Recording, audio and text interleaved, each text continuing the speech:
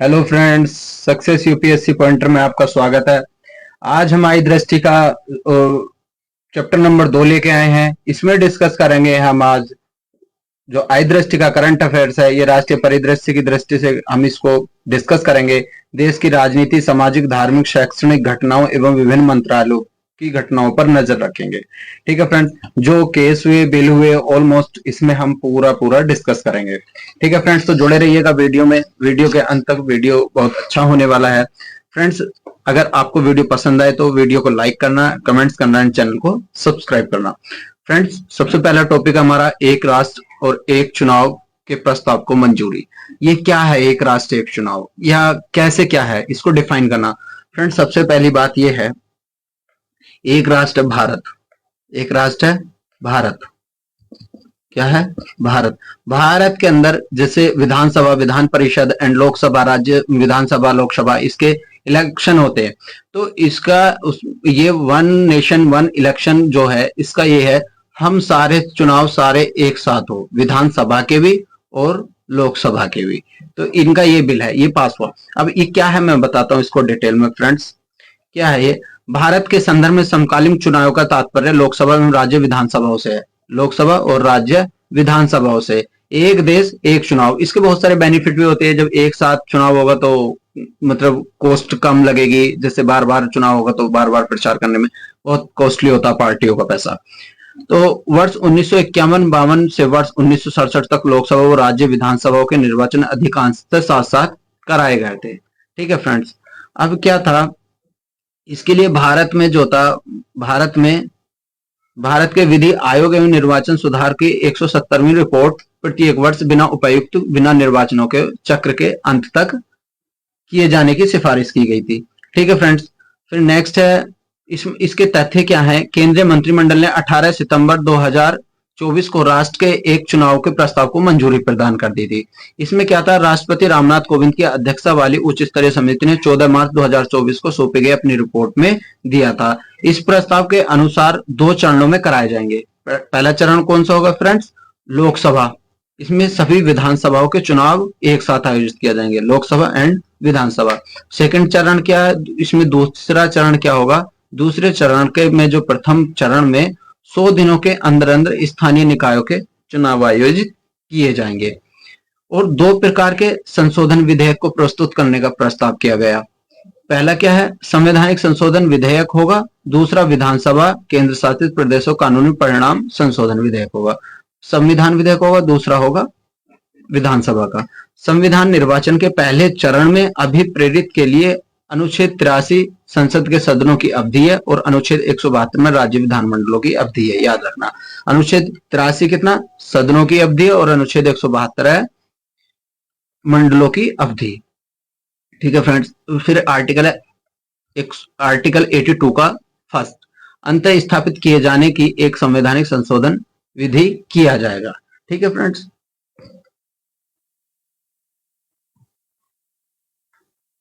फिर दूसरे संशोधन अनुसमर्थन द्वारा आवश्यकता नहीं होगी। दूसरे चरण के नगर पालिकाओं के चुनाव के लिए राज्य विधानसभाओं के 100 दिनों के अंदर ये आयोजित किया जाना है। ठीक है फ्रेंड्स।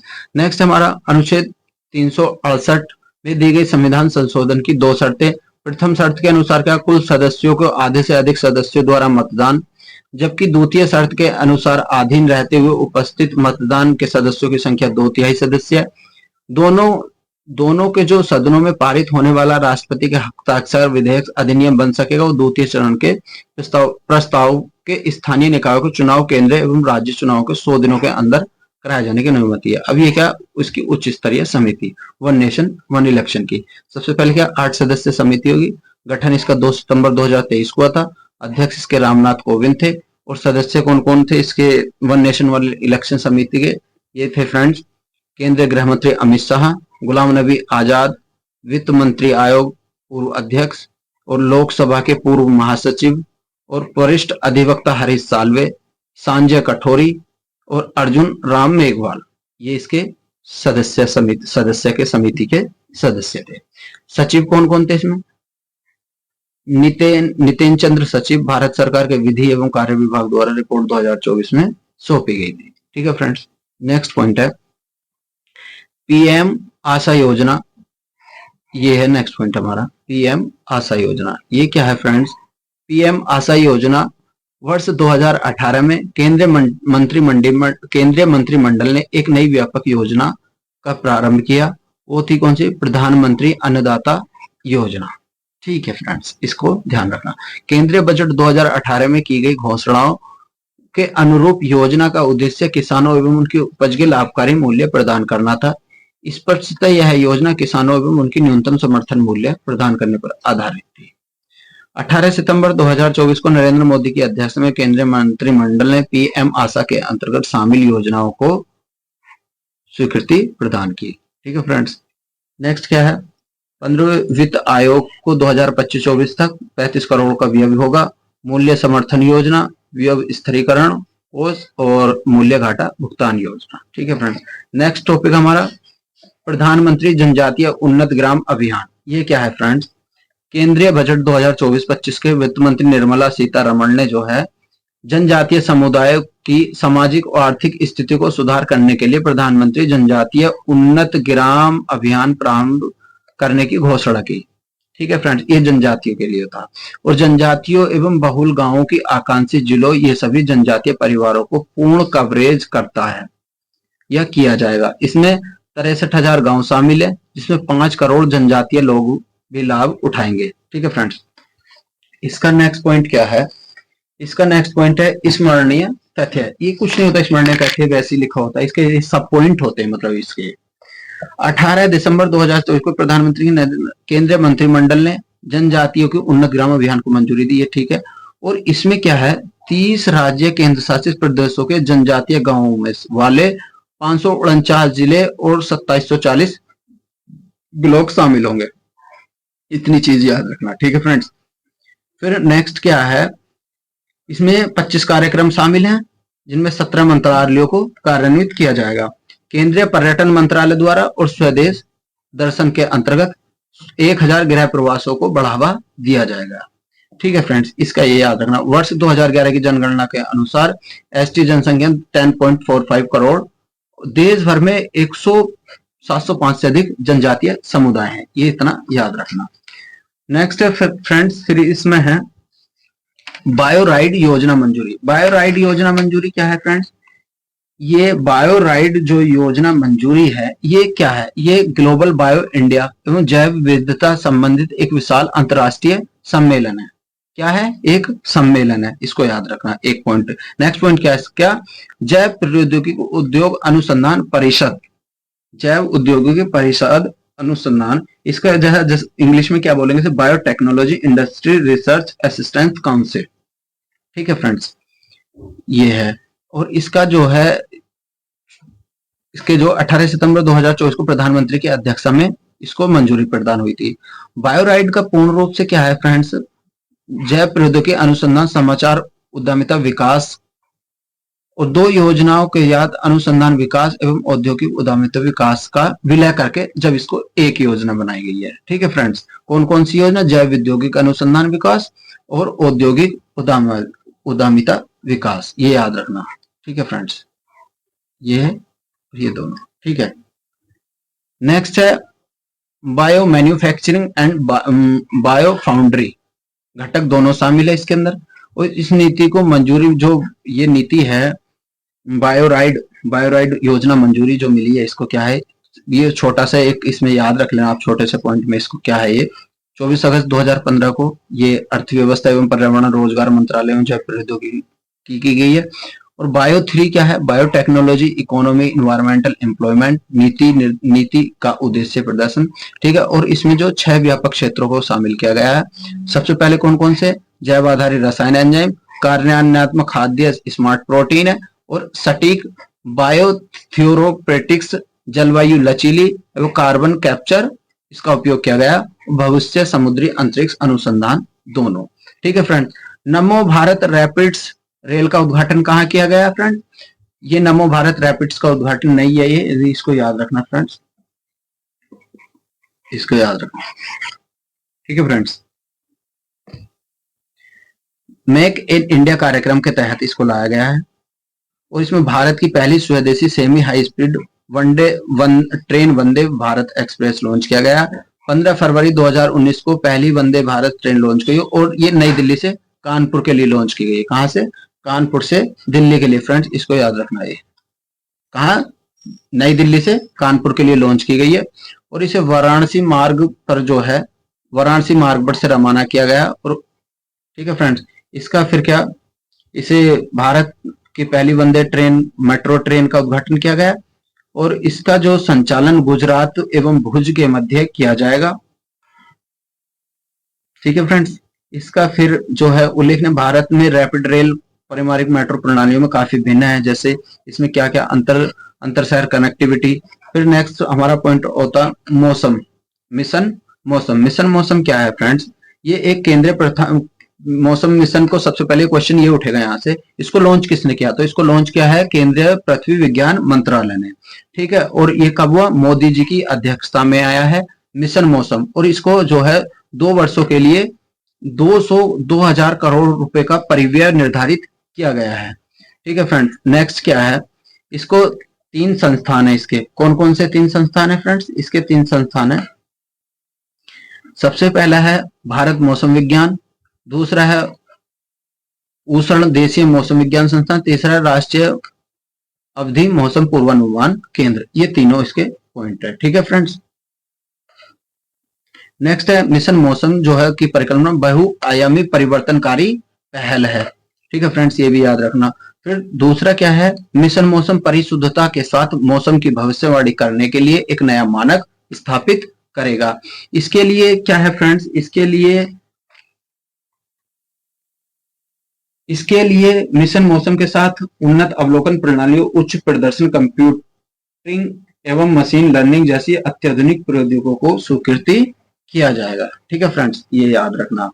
इसमें ज्यादा कुछ नहीं है। बाकी नेक्स्ट पॉइंट हमारा स्वच्छ वायु सर्वेक्षण। तो स्वच्छ वायु सर्वेक्षण क्या है फ्रेंड्स? इसको जो है सबसे पहले स्वच्छ वायु जो राष्ट्रीय वायु स्वच्छ कार्यक्रम से लॉन्च किया गया है। इसको किसने लॉन्च किया है? जलवायु केंद्रीय पर्यावरण एवं जलवायु परिवर्तन मंत्रालय द्वारा इसको लॉन्च किया गया है।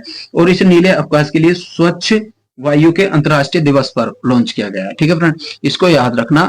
फिर इस कार्यक्रम का जो उद्देश्य है वो शहर क्षेत्र एवं राष्ट्रीय स्तर पर ग्रामीण राष्ट्रीय स्तर पर वायु गुणवत्ता में सुधार लाना, इसका ये उद्देश्य है। क्या उद्देश्य है इसका? जो वायु गुणवत्ता में सुधार लाना। और इसका जो कार्यक्रम है वो अगले 5 वर्षों के लिए पार्टिकुलेट मैटर अर्थात PM010 यानी पार्टिकुलेट मैटर ये अर्थ है। और इसकी जो ना सबसे पहले याद रखना, शहरों की संख्या जो प्रथम श्रेणी में 47 शहर काउंट हुए और 10 लाख से अधिक जनसंख्या निवास करती है। श्रेणी नंबर 2 में 43 सिटी काउंट हुए में और 3 से 10 लाख की जनसंख्या निवास करती है। नंबर 3 पे जो श्रेणी नंबर 3 है उन पे 40 शहरों की संख्या 40 है और 3 लाख से कम जनसंख्या उनमें निवास करती है। इसको जो है नीले अवकाश के लिए स्वच्छ वायु अंतर्राष्ट्रीय दिवस के अवसर पर वायु स्वच्छ सर्वेक्षण 2024 के परिणामों की घोषणा की गई है। ठीक है फ्रेंड्स, और स्वच्छ वायु सर्वेक्षण के जो श्रेणी है 3, उनमें से श्रेणी नंबर 1 पे जो है रैंक 1 में आता सूरत गुजरात का शहर है, और नंबर 2 पे आता जबलपुर मध्य प्रदेश, और नंबर 3 पे आता आगरा उत्तर प्रदेश। ठीक है फ्रेंड्स, अब श्रेणी नंबर 2 में जो है श्रेणी नंबर 2 में इसमें रैंक 1 पे फरीदाबाद उत्तर प्रदेश का, और रैंक 2 पे अमरावती महाराष्ट्र। जो 3 लिस्ट की गई थी, जो 3 लिस्ट फ्रेंड्स कौन कौन थी? जैसे पहली लिस्ट मैंने अभी ये बताया, इस लिस्ट में कितने लोग रहते थे? इस लिस्ट में रहते थे 10 लाख से अधिक लोग। इस वाली लिस्ट में 10 लाख से अधिक। ठीक है फ्रेंड्स, अब ये सेकंड लिस्ट जो है, सेकंड लिस्ट में कितने शहर बताए थे मैंने? सबसे पहले यहां याद रखना 43 तो शहर बताए थे मैंने, और 3 लाख से 10 लाख तक लोग निवास करते हैं। अब इसमें 43 लाख की जो श्रेणी है, 43 शहरों की जो संख्या काउंट की गई है और 3 से 10 लाख लोग निवास करते हैं, इसमें प्रथम जो स्थान आया वो फिरोजाबाद है, उत्तर प्रदेश का शहर है। फिर दूसरा अमरावती महाराष्ट्र का है। तीसरा रैंक है इसमें झांसी का, जो उत्तर प्रदेश का। ठीक है फ्रेंड्स, अब नेक्स्ट क्या है? श्रेणी नंबर 3 है। क्या है? श्रेणी नंबर 3, ये रही श्रेणी नंबर 3। अब श्रेणी नंबर 3 में कितना है फ्रेंड्स? ये याद रखना, इसमें कितने 40 शहर काउंट हुए। कितने? 40 शहर, 40 शहर काउंट हुए। और इसमें जो जो 40 शहर है, इसमें 3 लाख से कम जनसंख्या निवास करेगी। इसमें कितना करेगी? 3 लाख से कम जनसंख्या निवास करेगी। और इसमें जो 3 लाख से कम जनसंख्या है, इसमें जो निवास करेगी, इसमें फर्स्ट रैंक पे आया रायबरेली, जो उत्तर प्रदेश का शहर है। फिर दूसरे पे आया नलगोंडा, तेलंगाना का शहर है। फिर आता नलगढ़, हिमाचल प्रदेश में। फ्रेंड्स, ये याद रखना, ये जरूरी है, क्योंकि वहां से क्वेश्चन बन सकता है कि 3 लाख से अधिक जनसंख्या में निवास करने वाले शहर प्रथम रैंक पे कौन था, या 40 लाख से उसमें 3 लाख से कम जनसंख्या में निवास करने वालों की प्रथम रैंक किसकी थी। ये चीजें पता होनी चाहिए। नेक्स्ट पॉइंट क्या है फ्रेंड्स हमारा? नेक्स्ट पॉइंट है हमारा स्वच्छ वायु सर्वेक्षण उत्तर प्रदेश की स्थिति क्या है। अब श्रेणी फिर नंबर 1 पे आ जाओ, वही यानी 10 लाख से अधिक वाले कितना। इसमें पहले उत्तर प्रदेश की दृष्टि से देख रहे तो फ्रेंड्स, यहां से सारे बच्चे ध्यान रखें, जो पीसीएस दे रहे, UP PCS, RO and ARO के लिए मोस्ट इंपोर्टेंट होने वाला उत्तर प्रदेश के लिए। उत्तर प्रदेश की जो है पहली रैंक आती है, इसमें कितना आता है? 10 लाख से अधिक आता। कितना? 10 लाख से अधिक। ठीक है फ्रेंड्स, ये याद रखना, इसमें 10 लाख से अधिक काउंट होते हैं। और इसकी श्रेणी 1 में रैंक नंबर 3 आती। 1 किसी की नहीं, क्योंकि 1 रैंक का इसमें 1 रैंक नहीं है, 1 रैंक अदर स्टेट के की है। ठीक है, वो मैं आगे नीचे जाके बताऊंगा। ठीक है फ्रेंड्स, क्योंकि वो रैंक 1 जो है वो मध्य प्रदेश के भोपाल की है। ठीक है फ्रेंड्स, वो याद रखना। अब इसमें क्या है फ्रेंड्स, रैंक नंबर 1 पे जो है ये रैंक नंबर 3 पे आया आगरा, रैंक नंबर 4 पे लखनऊ, 5 पे कानपुर, और फिर 13 पे वाराणसी, और 22 पे आया है, ये ऑल इंडिया पर्सपेक्टिव की रैंक है। ठीक है, गाजियाबाद, 24 पे प्रयागराज। ये याद रखना, रैंक नंबर 3 और 4 याद रखना। ठीक है फ्रेंड, फिर आता है श्रेणी नंबर 2। श्रेणी नंबर 2 पे क्या है फ्रेंड्स? श्रेणी नंबर 2 में मैंने बताया था तुम्हें कितने शहर आएंगे टोटल। इसमें कितने शहर थे श्रेणी नंबर 1 में? 47 शहर थे। और इसमें कितने शहर आएंगे फ्रेंड्स? इसमें 43 शहर काउंट होंगे। और 3 से 10 लाख जनसंख्या होगी इसमें। कितनी? 3 से 10 जनसंख्या, याद रखना। और इसमें सेकंड श्रेणी में जो 3 से 10 लाख लोगों की जो जनसंख्या 43 शहरों में, इसमें रैंक 1 आती है फिरोजपुर की, फिरोजाबाद। ठीक है फ्रेंड्स, फिर रैंक नंबर 3 आती है किसकी?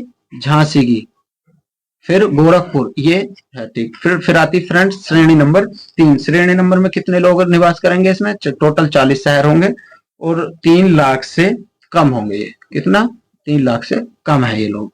इसमें रैंक नंबर 1 आती है रायबरेली की, फिर अनपरा, फिर खुर्जा, गजरोला। ये गजरोला। ठीक है फ्रेंड्स, याद रखना। अब फ्रेंड्स नेक्स्ट हमारा टॉपिक स्टार्ट होता स्वच्छ भारत मिशन को नेचर की मान्यता। ठीक है फ्रेंड्स, स्वच्छ भारत मिशन को नेचर की मान्यता।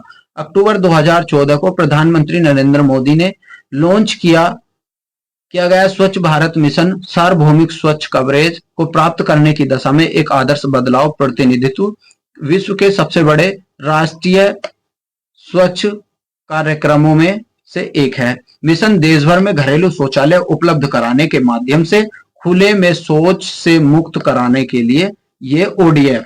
ठीक है फ्रेंड्स, ओडीएफ याद रखना, संपूर्णतः स्वच्छ है। अब ठीक है फ्रेंड्स, इसके जो है कुछ इसमें बाकी क्या है, इसमें स्वच्छ भारत मिशन के तहत जो है फिर 2 सितंबर 2024 को इसमें बहुविषयक यानी विज्ञान एवं जर्नल नेचर के एक लेखक प्रकाशित हुआ था। फिर क्या है नेक्स्ट, इसमें इस लेख का शीर्षक क्या था? इसका शीर्षक पता होना चाहिए फ्रेंड्स। स्वच्छ भारत मिशन के जो नेचर का शीर्षक था वो क्या था? वो ये था, स्वच्छ भारत मिशन के अंतर्गत शौच निर्माण और भारत में शिशु मृत्यु दर, ये इसका शीर्षक था। स्वच्छ भारत मिशन के अंतर्गत शौचालय का निर्माण और भारत में शिशु मृत्यु दर को कंट्रोल करना। शौचालय का निर्माण करो, शिशु मृत्यु दर को कंट्रोल करना।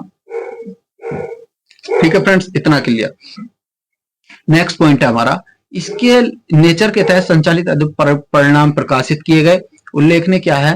स्वच्छ भारत में जो होता है फ्रेंड्स, स्वच्छ भारत में शिशु मृत्यु दर 5 वर्ष से कम आयु के बच्चों की मृत्यु दर जो है के संबंध में जांच कराने के उद्देश्य से प्रायोगिक अध्ययन से संचालित किया गया था। एक दशक 2011 से 2020 तक की अवधि में 35 भारतीय राज्यों में केंद्र शासित प्रदेशों में 640 जिलों के आंकड़ों को विश्लेषित किया गया। ठीक है फ्रेंड्स, इसको याद रखना। फिर क्या है, इसके परिणामों को दर्शाते हुए 10% बिंदुओं की वृद्धि होने पर IMR औसतन 0. IMR क्या है फ्रेंड, इसमें 0.9 बिंदुओं तक की U5MR 1.1 प्रकाशित किया गया। ठीक है फ्रेंड्स, ये तो था इसका। अभी जो मोस्ट इंपोर्टेंट है इसका फ्रेंड्स ये वाला पॉइंट है, स्वच्छ ही सेवा अभियान 2024 लाया गया। इसमें क्या था, स्वच्छ ही सेवा अभियान में 17 सितंबर 2024 को 2 अक्टूबर से 2024 तक किया गया। इसमें क्या था फ्रेंड्स, गांव-गांव में, शहर-शहर में जा जाके रैली की गई थी कि खुले में शौच नहीं करना चाहिए। स्वच्छता सेवा अभियान प्रतिवर्ष स्वच्छ 2 अक्टूबर को 2 अक्टूबर 2024 से पहले किया जाता था। इस अभियान का आयोजन जो है आवासन एवं शहरी कार्यालय मंत्रालय द्वारा पेयजल एवं स्वच्छता विभाग, जल शक्ति मंत्रालय के सहयोग से किया गया। स्वच्छता ही सेवा अभियान केंद्रीय का विषय क्या था, स्वभाव स्वच्छता। ठीक है फ्रेंड, नेक्स्ट पॉइंट हमारा 23वां विधि आयोग। 23वां विधि आयोग क्या है, ये एक गैर, सबसे पहले हमें पता होना चाहिए संवैधानिक है या संविधिक है या अर्ध संवैधानिक। सबसे पहले क्या है, ये संविधिक निकाय है, नॉन स्टैट्यूटरी बॉडी। ठीक है, ये संविधान का हिस्सा नहीं है।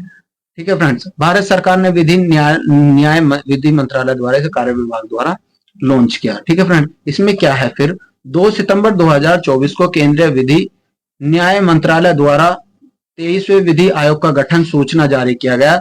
राष्ट्रपति द्रौपदी मुर्मू ने 3 वर्षों में जो है इसकी अवधि को 23वें विधि आयोग के गठन को मंजूरी प्रदान की थी। भारत के 23वें विधि आयोग में निम्न व्यक्ति शामिल होंगे, एक होगा पूर्णकालिक अध्यक्ष, 4 पूर्णकालिक सदस्य होंगे, सदस्य सचिव होंगे, सचिव विधि विभाग एवं पदेन सदस्य के रूप में होंगे, सचिव विधायी विभाग के रूप में सदस्य होंगे, 5 अंशकालिक सदस्य से अधिक नहीं है। विधि आयोग का मुख्यालय कहाँ है फ्रेंड्स, ये नई दिल्ली में पता होना चाहिए। ज्ञात है कि भारत के 22वें विधि आयोग का कार्यकाल कितना समाप्त हुआ था, 11 अगस्त को 2024 को समाप्त हो गया था। न्यायमूर्ति ऋतुराज अवस्थी 22वें विधि आयोग के अध्यक्ष बने थे, ये पता होना चाहिए। डिजिटल कृषि mission very very most important, BPSC हो, यूपीएससी हो, कोई सा भी हो, उसके पर्सपेक्टिव, मेंस के पर्सपेक्टिव से बहुत मोस्ट इंपोर्टेंट है, एंड पीटी के तो पर्सपेक्टिव से मोस्ट इंपोर्टेंट है ही। इसमें क्या है फ्रेंड्स, भारत डिजिटल क्रांति क्षेत्र के रूप में डिजिटल सार्वजनिक संरचना, यानी किसान जो है, किसानों को अब कृषि जो है डिजिटल तरीके से कराने की एडवाइजें दी जाएंगी। जैसे पहले के टाइम पे टेक्निकल चीजें नहीं थी, मशीनरी नहीं थी, अब किसानों को सुविधाएं दी जा रही हैं। ठीक है, ताकि वो डिजिटल कृषि कर चुके हैं। जैसे अभी एक योजना आई थी, योजना चली थी यूपी के अंदर, पंपिंग करके था वो, उसमें किसानों को छूट दी जाती थी सब्सिडी के अंदर, उससे पंप के द्वारा कृषि को पानी दिया जाता था। अगले 3 वर्षों में कृषि के लिए डिजिटल सार्वजनिक अवसंरचना लागू करेगी। ठीक है, अगले 3 सालों में आएगा। और इसका क्या था, 400 जिलों, इसका जो था 400 जिलों में खरीफ की डिजिटल सर्वेक्षण किया जाएगा और 600 करोड़ किसानों को भूमि के विवरण के साथ रजिस्ट्रियों को अध्ययन करना है। 2 सितंबर 2024 को केंद्र सरकार ने डिजिटल कृषि को मंजूरी प्रदान कर दी थी और इस हेतु कुल परिव्यय में 2817 करोड़ रुपए निर्धारित किया गया, जिसमें केंद्र का हिस्सा 1940 करोड़ रुपए का है। यह मिशन डिजिटल सार्वजनिक अवसंरचना के रूप में आधारित है। इस मिशन के तहत किसानों को जीवन को बेहतर बनाने के लिए प्रौद्योगिकी यानी टेक्नोलॉजी का प्रयोग किया जाएगा। उल्लेखनीय है कि वर्तमान में कृषि क्षेत्र में किसानों से संबंधित आंकड़े अलग अलग स्थानों पर बिखरे हुए हैं।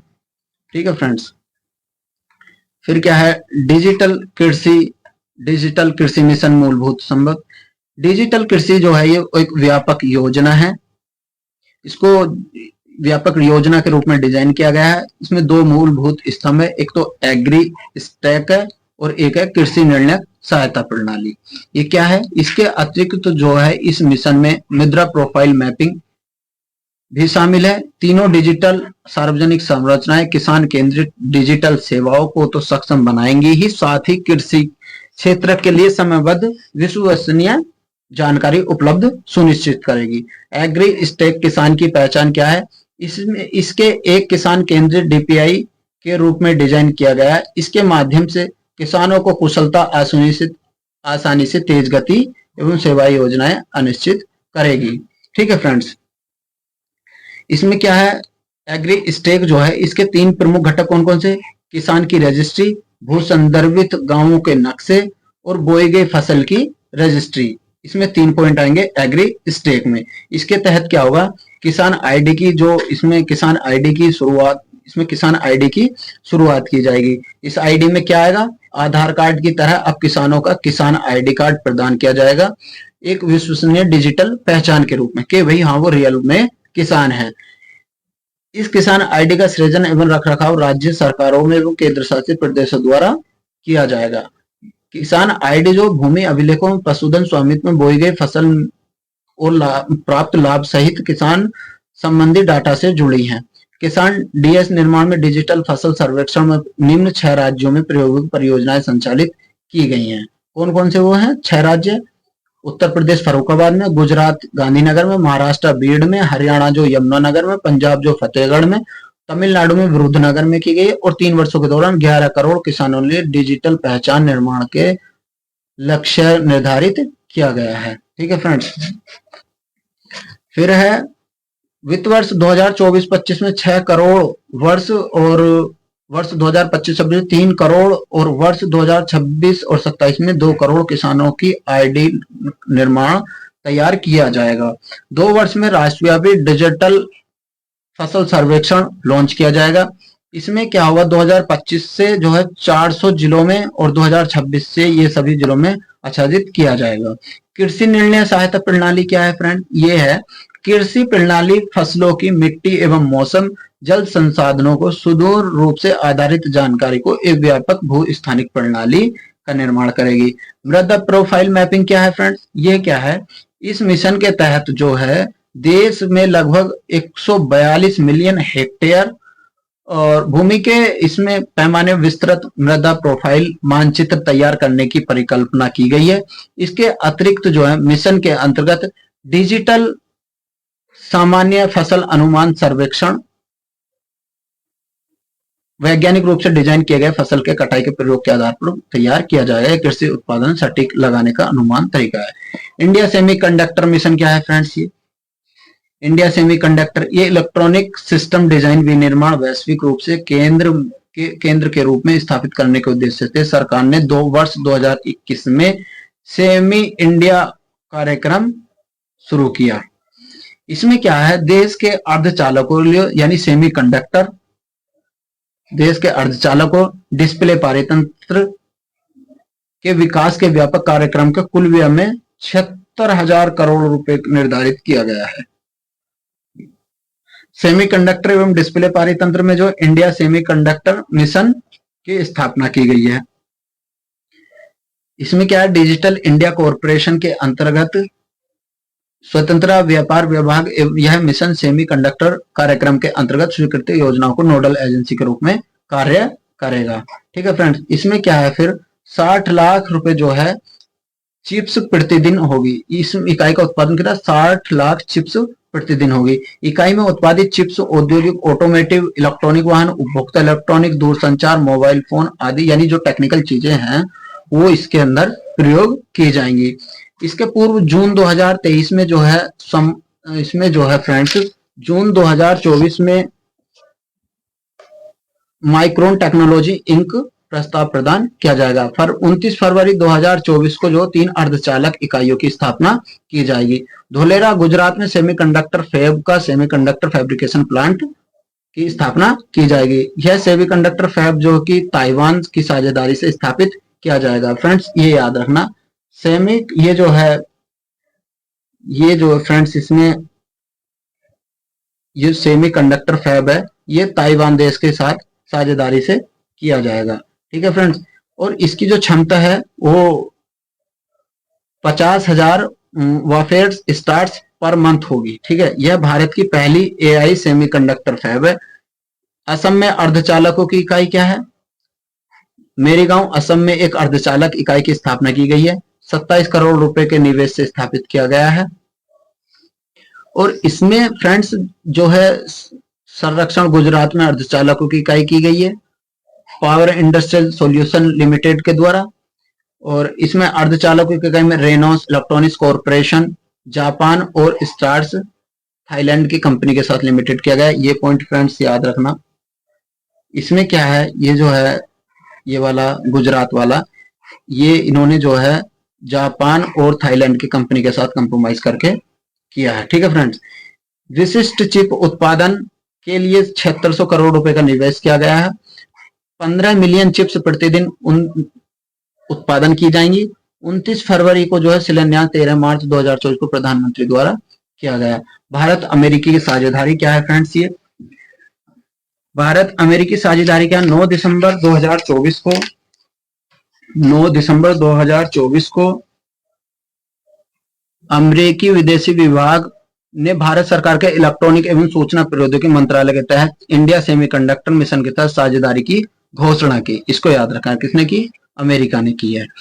इस साझेदारी का उद्देश्य क्या है, international technology security and innovation कोष के तहत वैश्विक अर्धचालक पारिस्थितिकी तंत्र को विकसित करने एवं उन्हें विविधता लाने के लिए अवसरों का पता लगाना।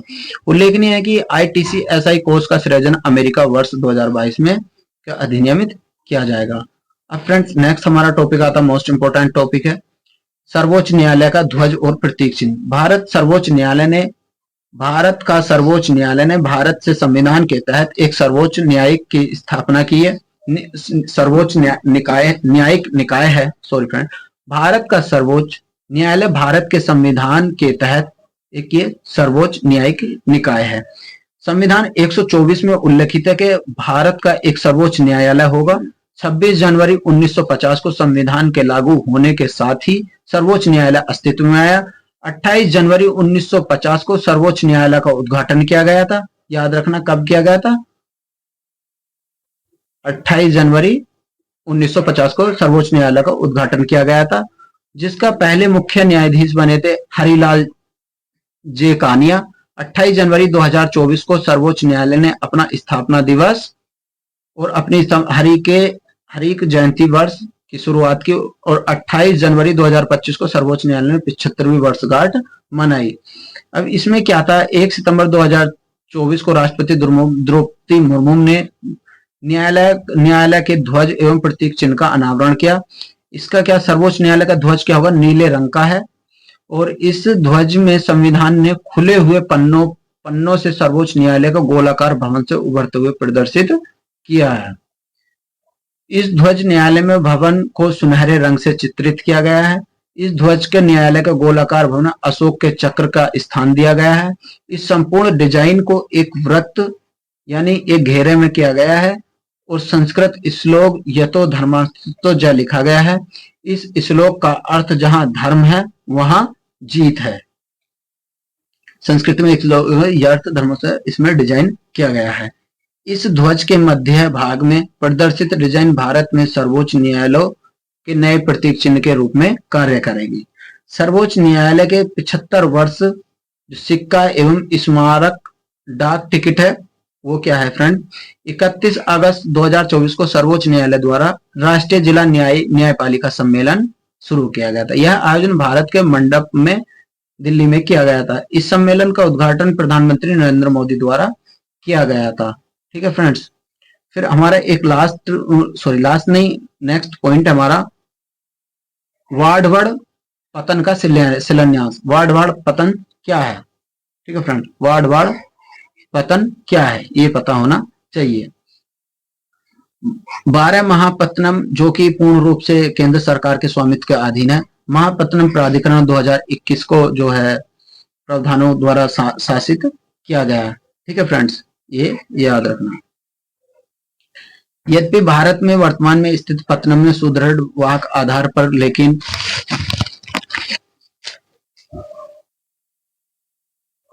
बुनियादी ढांचा अवसंरचना के लेंस से किया गया है। इसमें क्या है, महाराष्ट्र के पालघर जिले डहाड़ू नगर के निकट स्थित होगा। ठीक है फ्रेंड्स, याद रखना है। और प्रधानमंत्री नरेंद्र मोदी की अध्यक्षता में मंत्रिमंडल 19 जून 2024 को पत्तन की स्थापना की। भूमि अधिग्रहण सहित परियोजना को कुल लागत 7600 रुपए से किया जाएगा। इस परियोजना का निर्माण वाडगढ़ पोर्ट प्रोजेक्ट लिमिटेड यानी VPL Vardhaman port project limited द्वारा किया जाएगा। ज्ञात होगा VPL एंड JNPA क्या है, Jawaharlal Nehru port authority MMB, Maharashtra maritime board द्वारा गठित विशेष प्रावधान द्वारा किया जाएगा। वार्डवर्ड पतन के मौसम के लिए ग्रीनफील्ड डीप ड्राफ्ट महापतन, यह भारत के सबसे बड़े गहरे जल पतनों में से एक है। निर्माण होने के पूर्व पश्चात विश्व के 10 शीर्ष पतनों में से एक होगा। यह पतन जो है पारगमन समय से लागत को कम करते हुए अंतरराष्ट्रीय शिपिंग कनेक्टिविटी प्रदान करेगा। ठीक है फ्रेंड्स। अब ये भारत के 12 महापत्तनम कौन कौन से फ्रेंड्स, याद रखना ये जो है 12 कौन कौन से। सबसे पहले श्यामा प्रसाद मुखर्जी पत्तनम कोलकाता, दूसरा पारदीप पत्तनम उड़ीसा, तीसरा विशाखापट्टनम पत्तनम आंध्र प्रदेश, कामराजार पत्तनम तमिलनाडु, चेन्नई पत्तनम तमिलनाडु, वीआरओ चिदम्बरनार पत्तनम तुलुकी तमिलनाडु, दीनदयाल पत्तनम कच्छ गुजरात, मुंबई पत्तन महाराष्ट्र, नंबर 9 पे जवाहरलाल नेहरू पत्तन महाराष्ट्र, मुरगांव पत्तन गोवा, नवमंगलूर पत्तन कर्नाटक, कोचीन पत्तन कोची केरल में। ठीक है friends. Container port performance index 2023, इसमें क्या है भारत की स्थिति वो मैं बताता हूं आपको friends. Container port performance index, ठीक है फ्रेंड्स, ये क्या है, 4 जून 2024 को सीपीपीआई यानी कंटेनर पोर्ट परफॉर्मेंस इंडेक्स 2023 को जारी किया गया था। ये क्या याद रखना, 2024 में लॉन्च किया गया था। इस सूचकांक का ये चौथा संस्करण था। ठीक है, चौथा संस्करण था। इस सूचकांक में विकास यानी विश्व bank and global market intelligence द्वारा इसको लॉन्च किया जाता है। किसके द्वारा, विश्व बैंक और ग्लोबल मार्केट इंटेलिजेंस के द्वारा इसको लॉन्च किया जाता है।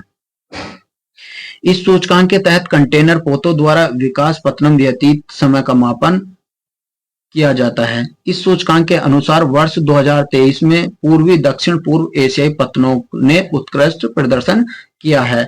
सूचकांक में शीर्ष 20 स्थानों में से 13 स्थान जो है पतन में शामिल है। लगातार दूसरे वर्ष यांगसान पतन प्रथम स्थान पर रहा है। ये याद रखना, वैलिड पॉइंट है फ्रेंड्स। ठीक है फ्रेंड्स। और इस सूचकांक के इतिहास में पहली बार विश्व के 100 शीर्ष पत्तनों की सूची में भारत के 9 पत्तन शामिल किए गए हैं। 2023 में 20 शीर्ष पत्तनों की सूची में विशाखापत्तनम जो है 19वें स्थान पर आया है। उल्लेखनीय है कि वर्ष 2005 इस सूचकांक का 115वें स्थान पर आया था। ठीक है फ्रेंड्स। 19वीं रैंक पर कौन आया है फ्रेंड्स, विशाखापत्तनम आंध्र प्रदेश। 27वीं रैंक पर हमारा मुद्रा पत्तन गुजरात वाला। 31वीं रैंक पर आया पिपवा पत्तनम गुजरात का है। 47 रैंक में कमराज पत्तनम आया तमिलनाडु में। 63 पाया कोचीन पत्तनम केरल और 68 रैंक पाया हजारी पत्तनम गुजरात। 71 पाया कृष्णमपट्टनम आंध्र प्रदेश। 80 पाया है चेन्नई पत्तनम तमिलनाडु और 96 पाया जवाहरलाल नेहरू पत्तनम महाराष्ट्र। ठीक है फ्रेंड्स, ये याद रखना इतनी चीजें। नेक्स्ट हमारा टॉपिक है NICDP यानी नए औद्योगिक शहरों को मंजूरी, राष्ट्रीय औद्योगिक गलियारा मिशन कार्यक्रम, national industrial corridor development program. ठीक है फ्रेंड, भारत का सबसे महत्वाकांक्षी बुनियादी ढांचा कार्यक्रम है ये। नए औद्योगिक शहरों को मंजूरी यानी national industrial corridor development program Bharat का सबसे महत्वाकांक्षी बुनियादी ढांचा कार्यक्रम। इस कार्यक्रम का लक्ष्य क्या है फ्रेंड्स, वो है भविष्य में औद्योगिक शहरों का विकास करना जो विश्व सर्वोत्तम विनिर्माण एवं निवेश स्थलों के लिए प्रतिस्पर्धा कर रहे हैं। ठीक है फ्रेंड, दूरदर्शी कार्यक्रम के तहत नए औद्योगिक शहरों का निर्माण स्मार्ट शहरों के रूप में परिकल्पना की गई है। 20 दिसंबर 2022 को सरकार ने NCDP के अंगों के रूप में 4 चरणों के औद्योगिक गलियारा का विकास ने स्वीकृति प्रदान की है। इसमें 32 परियोजनाएं हैं और 4 ग्रीनफील्ड स्मार्ट शहर पहले से ही विकसित किए जा चुके हैं। इसमें क्या 28 अगस्त 2000 को NCDP ने 12 नए औद्योगिक नोड्स के शहर को मंजूरी प्रदान की है। 28,602 करोड़ रुपए अनुमानित 12 परियोजनाएं परिदृश्य क्रांति को लेकर आई हैं। ये औद्योगिक शहर 10 राज्यों में विस्तृत हैं। इन्हें 6 प्रमुख गलियारों के साथ रणनीतिक रूप से किया गया है। उल्लेखनीय है कि स्वीकृति 12 नए औद्योगिक केवल 11 शहरों के नाम की घोषणा की गई है। हरियाणा एवं जम्मू कश्मीर के विधानसभा चुनावों के कारण आचार संहिता एक शहर के नाम का उल्लेख नहीं किया गया है।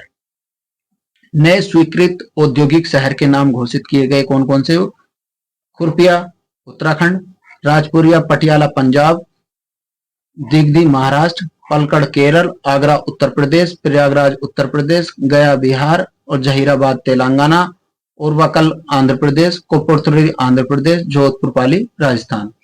फिर क्या फ्रेंड्स, एनसीडीपीआई जो है फ्रेंड्स, ये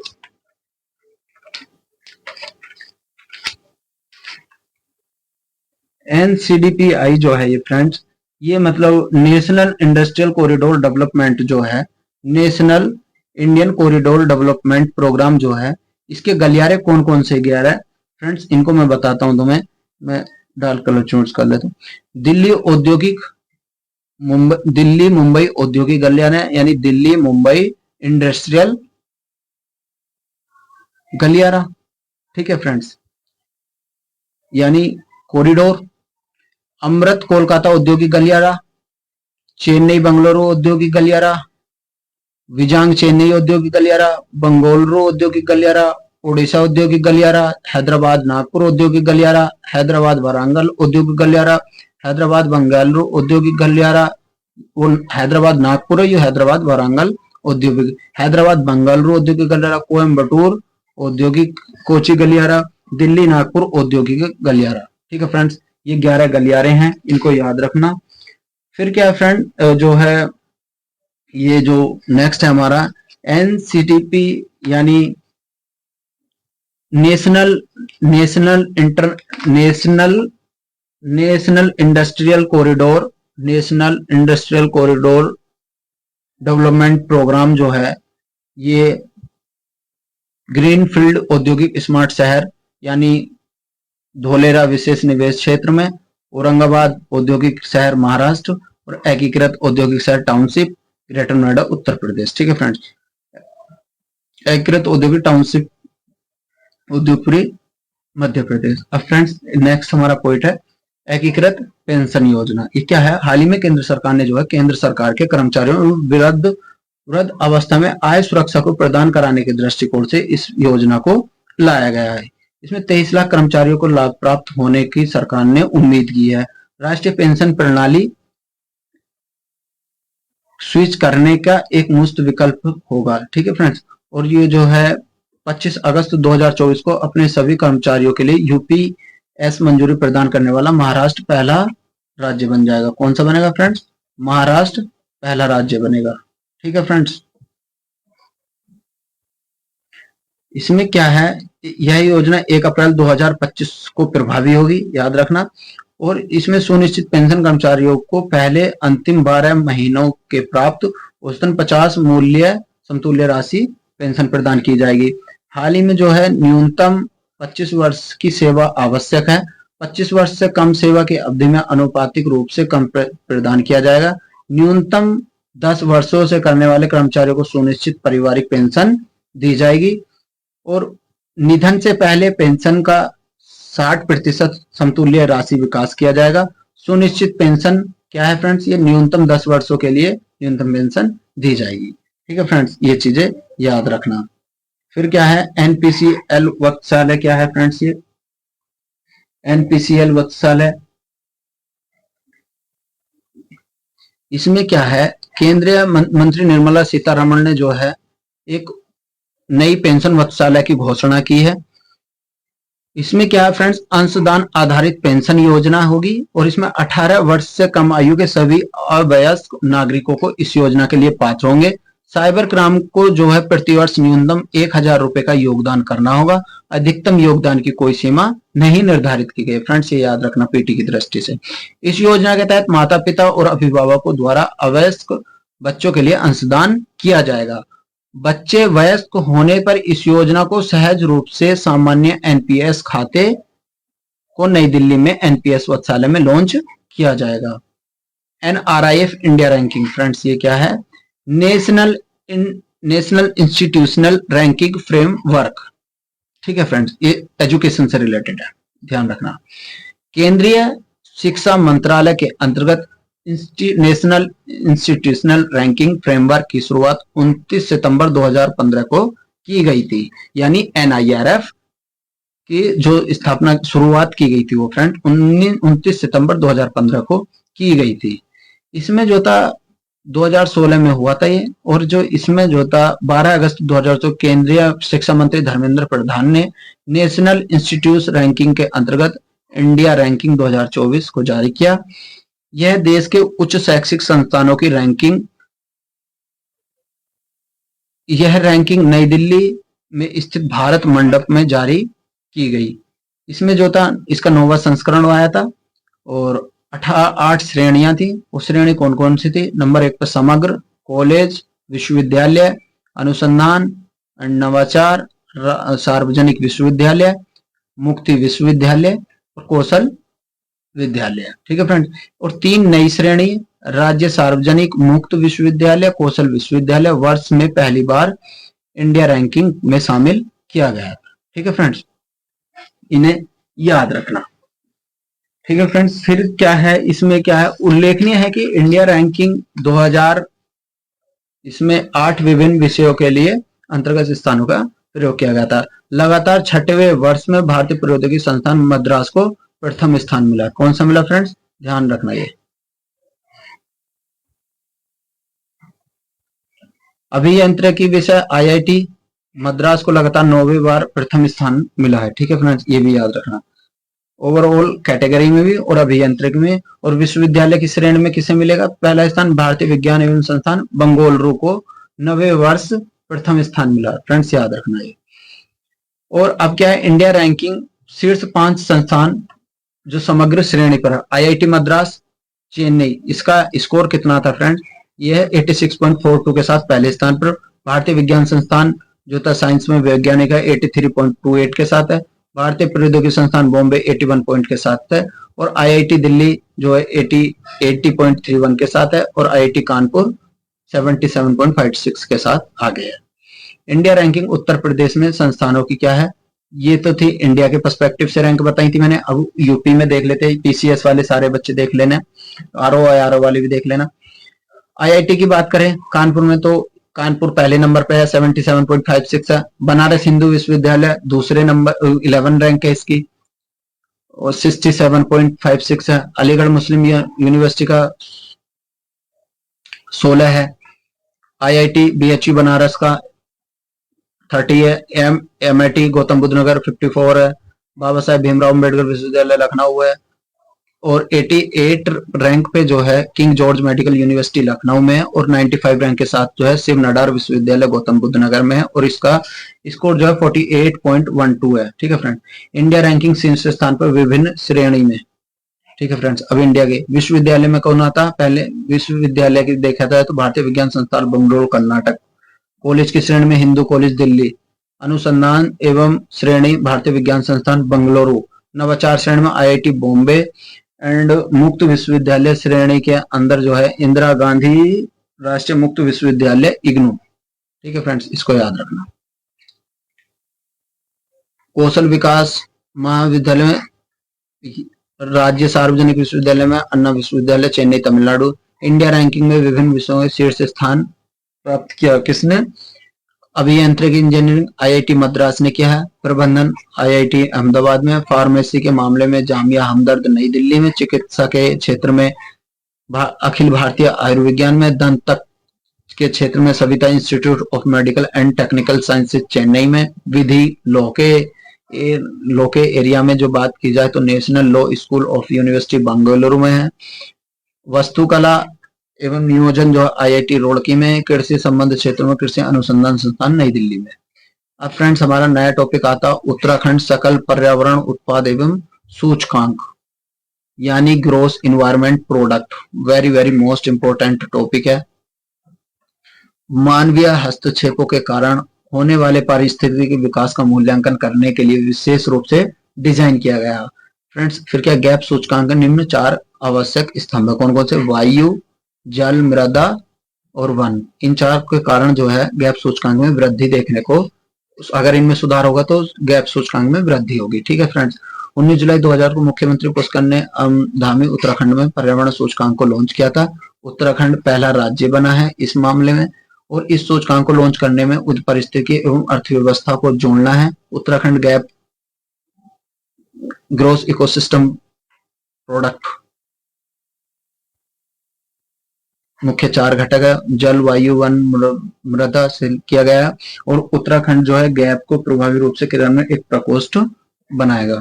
ठीक है फ्रेंड्स, नेक्स्ट पॉइंट क्या हमारा, गैप को जो है इसमें कुछ ज्यादा याद रखने की जरूरत नहीं है, बस पहला स्थान उत्तराखंड का और उत्तराखंड पहला बना है। एसडीजी इंडिया इंडेक्स क्या है, एसडीजी में फ्रेंड्स क्या है, सस्टेनेबल डेवलपमेंट गोल है ये। सर्वप्रथम इसको जो है इंडिया इंडेक्स 2018 में लॉन्च किया गया था। संयुक्त राष्ट्र भारत में यूएनडीपी इंडिया की साझेदारी से नीति आयोग की पहल थी ये एक। और इसमें जो था फ्रेंड्स 12 जुलाई 2024 को नीति आयोग द्वारा एसडीजी इंडिया चौथा संस्करण जारी किया गया है। इस इंडेक्स में नीति आयोग के अध्यक्ष सुमन बेरी द्वारा लॉन्च किया गया था। ठीक है फ्रेंड्स, किनके द्वारा, सुमन बेरी के द्वारा। SDG India index sustainable development goal जो है 2023-24 में केंद्रीय विषय है। इसमें क्या है, विकसित भारत की ओर सतत प्रगति एवं समावेशी विकास। एसडीजी इंडिया गोल्स का चौथा संस्करण 16 लक्ष्यों के साथ 17 लक्ष्यों के गुणात्मक विश्लेषण के साथ उप 17 लक्ष्यों के साथ 113 सूचित किया गया है। ठीक है फ्रेंड्स, फिर क्या है, इसमें जो समग्र स्कोर जो कंपोजिट स्कोर जो है, समग्र स्कोर जो 0 से 100 की रेंज में है। एसडीजी इंडिया इंडेक्स केंद्र शासित प्रदेशों को उनके एसडीजी स्कोर के 4 श्रेणियों में वर्गीकृत किया गया। आकांक्षी जो है 0 से 49 अंक है, प्रदर्शन करता है 50 से 64 अंक है, अग्रणी जो 65 से 99 है, लक्ष्य प्राप्त करता जो है 100 है। ठीक है फ्रेंड्स, याद रखना। फिर क्या है, एसडीजी इंडेक्स जो है कंपोजिट स्कोर है, याद रखना। फिर फ्रेंड्स इसमें और ज्यादा इतना कुछ नहीं है इसमें। फिर क्या, एसडीजी इंडिया सर्वाधिक दर्ज करने वाले राज्य कौन कौन से, इसमें जो है स्कोर में वृद्धि वर्ष में देखी गई, उत्तर प्रदेश रैंक नंबर 1 पे आया। इसने जो है 2000 वर्ष में, ठीक है फ्रेंड, जम्मू कश्मीर दूसरे नंबर पे, उत्तराखंड 3 पे और सिक्किम 4 पे, हरियाणा 5 पे। एसडीजी इंडिया इंडेक्स 2024 में केंद्र राज्यों की संयुक्त रैंकिंग जो है केरल एवं उत्तराखंड शीर्ष स्थान पर है, जबकि केंद्र शासित प्रदेशों में चंडीगढ़ पहले नंबर पे है। ठीक है फ्रेंड, एसडीजी जो इंडिया इंडेक्स है 2023 में शीर्ष राज्य कौन कौन सा है, केरल उत्तराखंड पहली रैंक पे है, इनका स्कोर आया 79। तमिलनाडु तीसरी रैंक पे है 78, Goa Himachal Pradesh, Sikkim Punjab 76, Karnataka 75, Gujarat Andhra Pradesh 74। SDG India index में अंतिम 6 रैंक नीचे से किसकी है, सबसे डाउन रैंक है राजस्थान 67 पे, ओडिशा 66, अरुणाचल पे इतना, नागालैंड पे 63, झारखंड पे 62, बिहार पे 57। बीपीएससी वाले ध्यान रखना इस चीज को। एसडीजी इंडिया स्तर में केंद्र शासित में चंडीगढ़ पहले नंबर पर है, मैं बता चुका हूँ। पांडुचेरी एंड जम्मू कश्मीर जो है मैं बता चुका हूँ, इस पर 74 नंबर पे है। ठीक है फ्रेंड्स, अंडमान निकोबार 70 नंबर पे आया है। ठीक है फ्रेंड्स, और लक्षद्वीप दादरा नगर हवेली जो 66 नंबर पे आया है, लद्दाख जो 65 नंबर पे आया है। ठीक है फ्रेंड, राज्यों का प्रदर्शन आकांक्षी, ये जिले राज्यों का प्रदर्शन बताना, फिर केंद्र शासित प्रदेशों का, इसमें इतना वो नहीं है, कुछ भी ज्यादा परेशान होने की। संविधान हत्या दिवस, संविधान हत्या दिवस फ्रेंड्स क्या है, भारत के संविधान में उन असाधारण स्थितियों से निपटने के लिए प्रावधान किए गए हैं जो देश के लिए किसी हिस्से में अशांति सुरक्षा, किसी देश में अशांति सुरक्षा स्थिरता खतरा डाल सकती है। ऐसी स्थितियों जैसे युद्ध, भारी आक्रमण, गड़बड़ी एवं सशस्त्र विद्रोह के संकट से उत्पन्न किसी भाग में आपातकाल लगाया जाता है। भारत के संविधान भाग में 18 में आपातकाल का उल्लेख किया गया। अनुच्छेद 352 से 360 तक वर्णित है और अनुच्छेद 352 में राष्ट्रीय आपातकाल है, जो अभी तक देश में तीन बार देश में राष्ट्रीय आपातकाल की घोषणा की गई है। सर्वप्रथम भारत चीन युद्ध के दौरान 26 अक्टूबर 1962 से 10 जनवरी 1968 तक आपातकाल लगा। दूसरी बार कब लगा था फ्रेंड्स? दूसरी बार लगा था भारत पाकिस्तान से जब युद्ध हुआ था 3 दिसंबर 1971 में, देश में आपातकाल की घोषणा की गई थी। और फिर कब लगा था फ्रेंड्स? फिर देश में नई उद्घोषणा 25 जून 1975 को देश के आंतरिक गड़बड़ी के आपातकाल में लागू किया गया था। ठीक है फ्रेंड्स, फिर क्या प्रतिवर्ष 25 जून को संविधान हत्या दिवस के रूप में मनाया जाता है। केंद्रीय गृह मंत्रालय द्वारा 11 जुलाई 2024 को अधिसूचना जारी की गई 12 जुलाई 2024 को भारत के राज्यपत्र में अधिसूचना प्रकाशित किया गया था। तत्कालीन जो है केंद्र सरकार एवं सत्ता के घोर में दुरुपयोग किया गया। ठीक है फ्रेंड्स, याद रखना। अतः आपातकाल की जो सत्ता घोर है दुरुपयोग के रूप में संघर्ष करने वाले 25 जून को संविधान हत्या दिवस मनाया जाता है। ठीक है फ्रेंड्स, ये चीज याद रखना। इसमें क्या हैदराबाद मुक्ति दिवस है फ्रेंड। नेक्स्ट क्या 17 सितंबर को हैदराबाद मुक्ति दिवस के रूप में मनाया जाता है। 12 मार्च 2000 को केंद्रीय गृह मंत्रालय द्वारा अधिसूचना जारी की गई थी। हैदराबाद को मुक्त कराने वाले शहीदों की याद युवाओं के मन में देशभक्ति की लो जगाने के लिए 17 सितंबर को हैदराबाद मुक्त दिवस के रूप में मनाया जाता है। उल्लेखनीय है कि 15 अगस्त 1947 को भारत के स्वतंत्र प्राप्त होने के लिए 13 महीने तक के बाद हैदराबाद को आजादी नहीं मिली और निजाम के शासन के अधीन था। ठीक है फ्रेंड्स।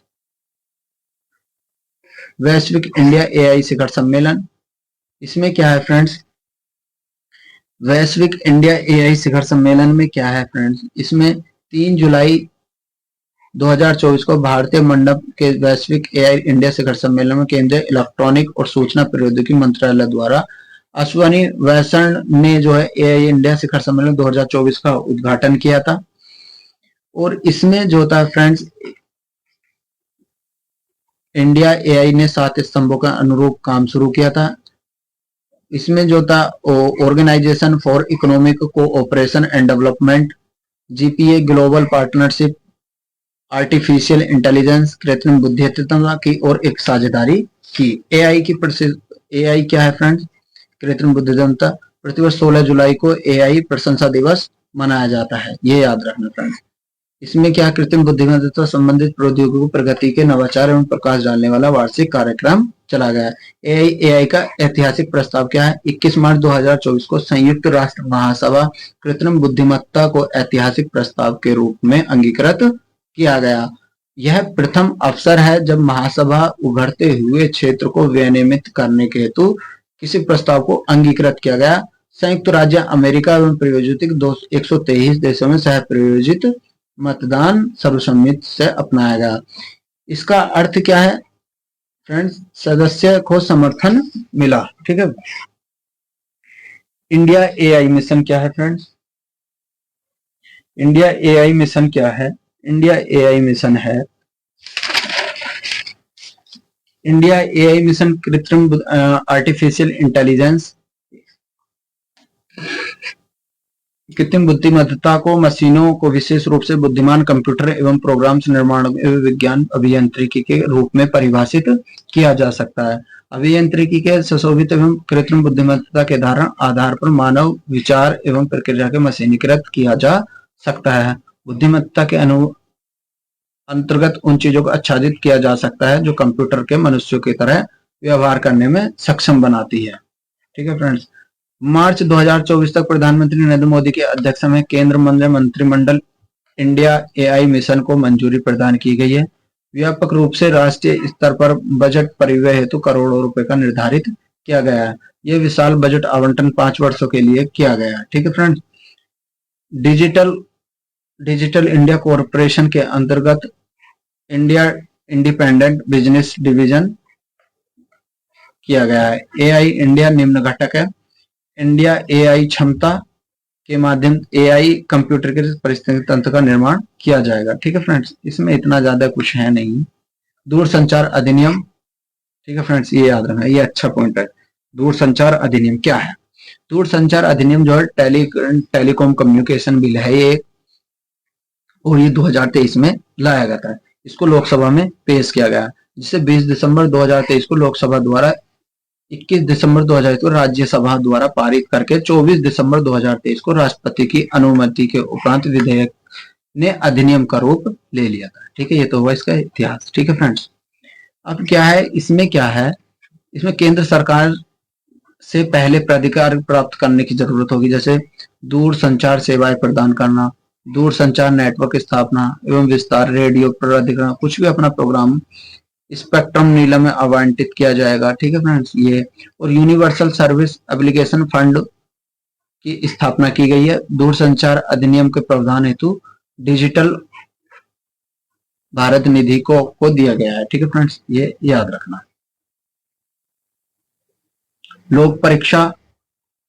लोक परीक्षा अधिनियम 2024। ठीक है फ्रेंड्स, लोक परीक्षा अधिनियम साधन निवारण, ये क्या है फ्रेंड्स? सार्वजनिक परीक्षाओं के बढ़ते कदाचार, यानी जो पेपर लीक कह सकते हैं हम, जो हमसे जो एग्जाम कराने में त्रुटियां हो रही हैं, उन त्रुटियों को दूर करने के लिए ये बिल लाया गया था। ठीक है फ्रेंड्स, के कारण आयोजनों में देरी होती रही है, परीक्षाएं रद्द होती हैं, घोषित होती हैं, पेपर लीक आदि से रिलेटेड है। ठीक है फ्रेंड्स, इसमें क्या है, लोक परीक्षा अनुसूचित साधन निवारण विधेयक को 5 फरवरी 2024 को लोकसभा में पेश किया गया। 6 फरवरी 2024 को लोकसभा से 9 फरवरी 2024 से राज्यसभा में पारित होने के उपरांत 12 फरवरी को राष्ट्रपति द्रौपदी मुर्मू ने मंजूरी दी और ये जो विधेयक था अधिनियम के रूप में पारित हुआ। ठीक है फ्रेंड्स, इसमें क्या है, संघ लोक सेवाएं, राज्य कर्मचारी, रेलवे भर्ती मंडल आदि जो है, ये लोग निम्नलिखित ये शामिल की गई है। ठीक है फ्रेंड्स, और कुछ नहीं है इसमें। नालंदा विश्वविद्यालय का उद्घाटन क्या है, 5वीं शताब्दी ईसा पूर्व गुप्त वंश के नालंदा विश्वविद्यालय का उद्घाटन का मामला है, तो थोड़ा सा हमें इसकी हिस्ट्री में जाना पड़ेगा फ्रेंड। नालंदा विश्वविद्यालय का जो था मानव विहार की स्थापना की थी। उल्लेखनीय की है बौद्ध विहार था एक, सबसे पहले क्या था ये फ्रेंड्स, बौद्ध विहार था। इसका विकास महान विश्वविद्यालय के रूप में किया गया और गुप्त शासकों में कन्नौज के राजा हर्षवर्धन ने 7वीं शताब्दी तथा पाल शासकों ने 8वीं से 12वीं शताब्दी के मध्य इसका संरक्षण किया। तुर्कों के आक्रमण सहित विभिन्न 12वीं शताब्दी के विश्वविद्यालय पतन हो गया। 6वीं शताब्दी पश्चात इस स्थल की खोज सर्वप्रथम 1812 में इकोसिस्टम फ्रांसिस बुकनन हैमिल्टन द्वारा की गई थी। 1861 से 62 में अलेक्जेंडर कनिंघम ने आधिकारिक रूप में पहली बार एक प्राचीन विश्वविद्यालय के रूप में पहचान की गई थी। मार्च 2016 में बिहार विधानमंडल में एक संयुक्त रूप में सत्र संबोधित करते हुए भारत के तत्कालीन डॉक्टर एपीजे अब्दुल कलाम ने नालंदा विश्वविद्यालय प्रस्तावित किया था। वर्ष 2006 में सिंगापुर सरकार की जनवरी 2007 में सेबू फिलीपींस द्वितीय का सम्मेलन का आयोजन किया। ठीक है फ्रेंड्स, ये याद रखना इसमें। और इसमें जो था नालंदा विश्वविद्यालय में जो है 19 जून 2024 को बिहार के नालंदा जिले में स्थित राजगीर में प्रधानमंत्री नरेंद्र मोदी ने नालंदा विश्वविद्यालय परिसर का उद्घाटन किया। ठीक है फ्रेंड्स, ये याद रखना। और नालंदा विश्वविद्यालय अधिनियम जो है फ्रेंड्स, ये जो है नालंदा विश्वविद्यालय अधिनियम जो है 2010 लागू होने के बाद आधुनिक नालंदा विश्वविद्यालय ने जो 25 नवंबर 2010 को अस्तित्व में आया। इस विद्यालय ने नई दिल्ली में स्थित अपने कार्यकाल का करना प्रारंभ किया। ठीक है फ्रेंड्स, नेक्स्ट टॉपिक क्या हमारा, स्मृति वन भूकंप संग्रहालय के विश्व के सर्वाधिक खूबसूरत संग्रहालयों की सूची में शामिल है। भुज स्थित स्मृति भूकंप संग्रहालय इस क्षेत्र में आए विनाशकारी भूकंप से अपनी जान गंवाने वाले लोगों को श्रद्धांजलि अर्पित करते हैं। उल्लेखनीय है कि 26 जनवरी 2001 को गुजरात में भीषण भूकंप की घटना दर्ज हुई थी और इसमें रिएक्टर स्केल के नाम पर भूकंप परिमाण जो है 7.9 दर्ज किया गया था। अधिकेंद्र भुज था। ठीक है फ्रेंड्स, अब क्या स्मरणीय तथ्य क्या है, 13 जून 2024 को वर्ष 2024 में विश्व के सर्वाधिक खूबसूरत संग्रहालयों की सूचना जारी की गई थी। प्रथम अवसर जो है विश्व के सर्वाधिक खूबसूरत संग्रहालयों की सूची जारी की गई। ठीक है फ्रेंड्स, अब इसमें हमारा और कुछ नहीं है ज्यादा। फिर देखते हैं प्रिंसिपल वॉलेस विश्व के सर्वाधिक खूबसूरत संग्रहालय। विश्व के खूबसूरत संग्रहालय विजेता कौन है खिताब का इसका, A4 आर्ट म्यूजियम, नगर है चेंगदू, चीन देश। फिर क्या है, ग्रैंड इजिप्शियन म्यूजियम गीजा मिस्र में। स्मृतिवन भूकंप संग्रहालय भुज भारत में है ये। सिमोस आर्ट म्यूजियम पोटेक जापान में है ये। पैलेस हेटलो एप्लोंडोन नीदरलैंड का शहर है ये। ओमान अक्रॉस एजनेस मानहा यानी ओमान का शहर है। पोलिस हिस्ट्री म्यूजियम बर्सा ये पोलैंड का शहर है। भुज गुजरात में स्थित स्मृति भूकंप संग्रहालय है। ये पहला ऐसा संग्रहालय है जिसे अवार्ड में चयनित किया गया है। 28 अगस्त 2022 को प्रधानमंत्री नरेंद्र मोदी ने स्मृति भवन स्मारक का उद्घाटन किया था। यह आधुनिक सबसे बड़े स्मारक संग्रहालय का है और भुजियो डूंगर का जो है नामक एक छोटी पहाड़ी है जो 470 एकड़ से अधिक वृहत क्षेत्र पर है। फिर क्या फ्रेंड्स, फिक्स वार्सेले क्या है? ये फिक्स वार्सेले विश्व का पहला और डिजाइन अवार्ड है। अवार्ड के रूप में किया गया वर्ष 2015 में जो है प्रतिवर्ष यूनेस्को द्वारा घोषित किए गए प्रिंस वार्सेस वस्तु को वास्तुशिल्प एवं प्रतियोगिताओं को दिया जाता है। मोदी सरकार 3.0 क्या है फ्रेंड्स? मोदी सरकार 3.0 को देखते हैं। मोदी सरकार 3. जो है 18वीं लोकसभा है। 18वीं लोकसभा को 543 सदस्यों के चुनाव हेतु भारत में निर्वाचन आयोग ने 7 चरणों में मैराथन कार्यक्रम के तहत 19 अप्रैल 2024 को 1 जून 2024 के मतदान के संपादन करने की घोषणा की थी।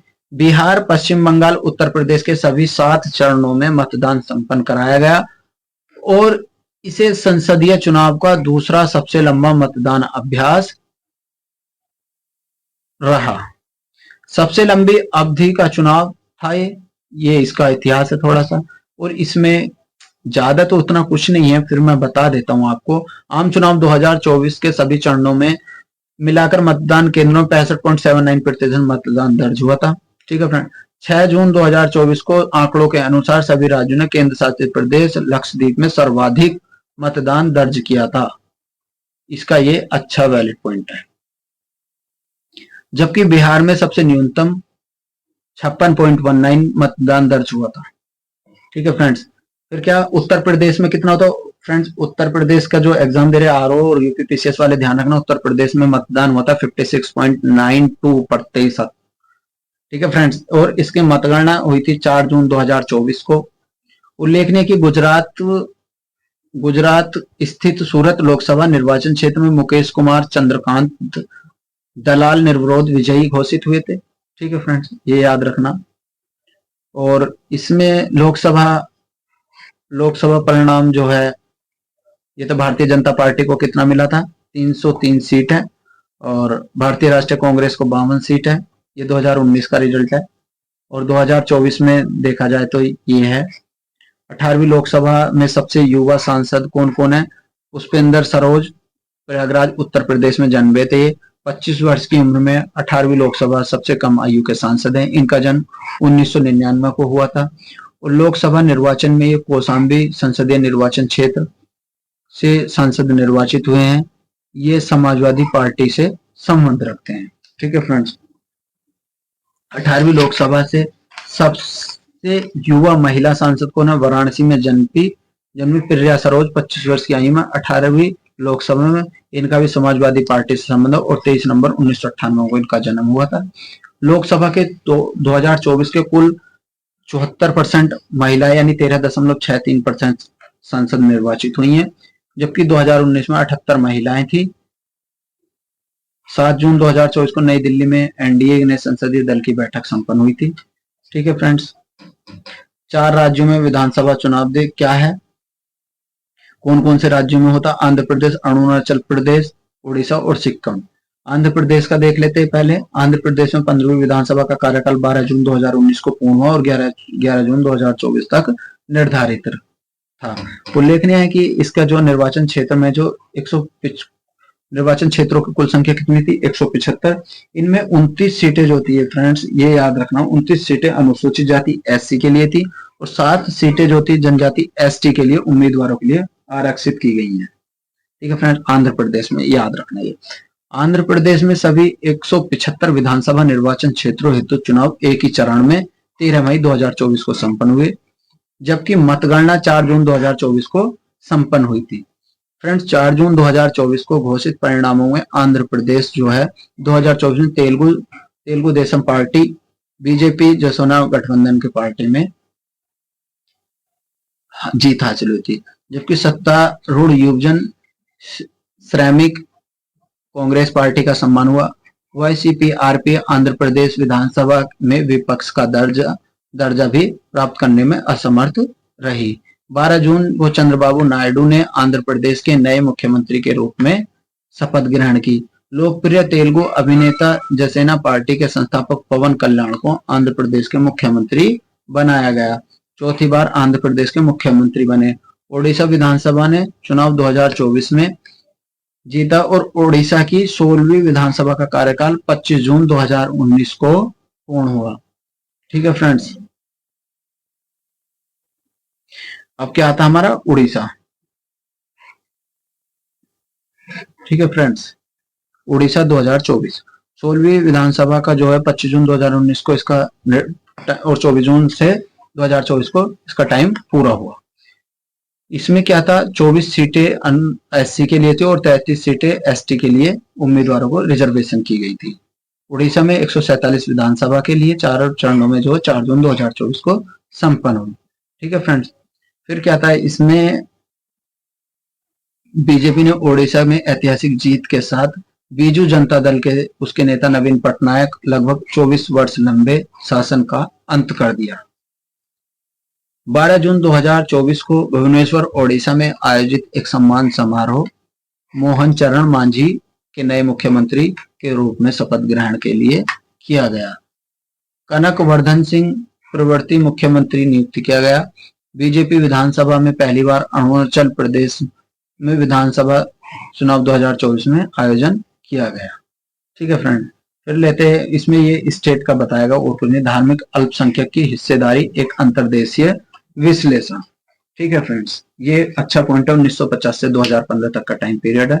धार्मिक अल्पसंख्यक 7 मई 2024 को प्रधानमंत्री आर्थिक सलाहकार परिषद यानी EAC-PM के एक अध्ययन में प्रकाशित किया गया है कि इस अध्ययन में धार्मिक अल्पसंख्यकों की हिस्सेदारी होनी चाहिए। ठीक है फ्रेंड्स, इसमें क्या था, इस रिपोर्ट के अनुसार अगर देखा जाए 1950 से 2015 के मध्य भारत में कुल जनसंख्या में हिंदुओं की हिस्सेदारी कितनी है, 7.82% अल्पसंख्यकों के लिए।